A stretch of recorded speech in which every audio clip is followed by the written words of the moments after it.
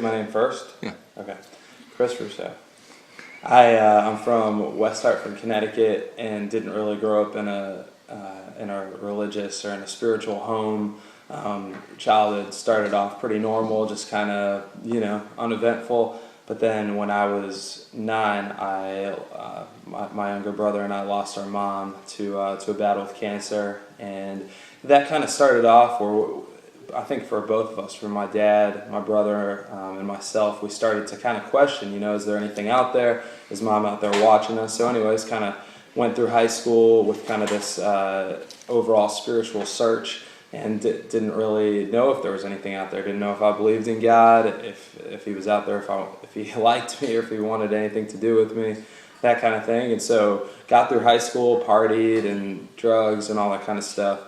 And decided to go to school at the College of Charleston to play golf year-round and to party and chase after pretty girls. And so went down there and started, making good grades and felt like everything ought to be perfect, honestly. I kind of had all my ducks in a row, so to speak, but still felt this kind of nagging sense like there was more to life, but just didn't know what it was. This guy that was living with me my freshman year, his name was Ashwin, and he was a Christian. There were 3 other guys living with us, but there was something different about him. I felt bad cussing around him. He invited me to this Christian event, and so I went to it. I actually went high because I thought I couldn't understand the philosophy of it all unless I was under the influence of something. I didn't really understand anything that night, but on December 12th of 2000, it was right after my first semester at the College of Charleston. I was about to go out to a party that night, and I was leaving the next day to go to Connecticut, but for some reason decided to not go to the party and went up to my room. And as soon as I went to sleep that night, this crazy dream came over me. Before this, I didn't believe in heaven or hell or anything really. Kind of thought maybe God was out there, but didn't really have much of a clue beyond that.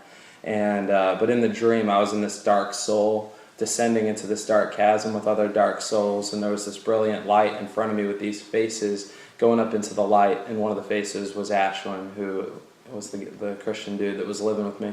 So I woke up from the dream at around midnight and was convinced, based on how real the dream was, that I wasn't straight with God. It'd be tough to describe why from that dream, why I didn't just write it off as just some crazy dream, but it was so real that I knew that there was more to it than that. So I stumbled into Ashwin's room and kind of told him what my experience was, and he asked me if I wanted to ask Jesus into my heart. And so he led me in a prayer, and I just asked him to come in and do whatever it is he wanted to do in my life. And I remember just feeling a light and a life inside right after that I had never felt before. He let me read his Bible that night, and I read it for a few hours and knew that everything was about to change. And so kind of went from there and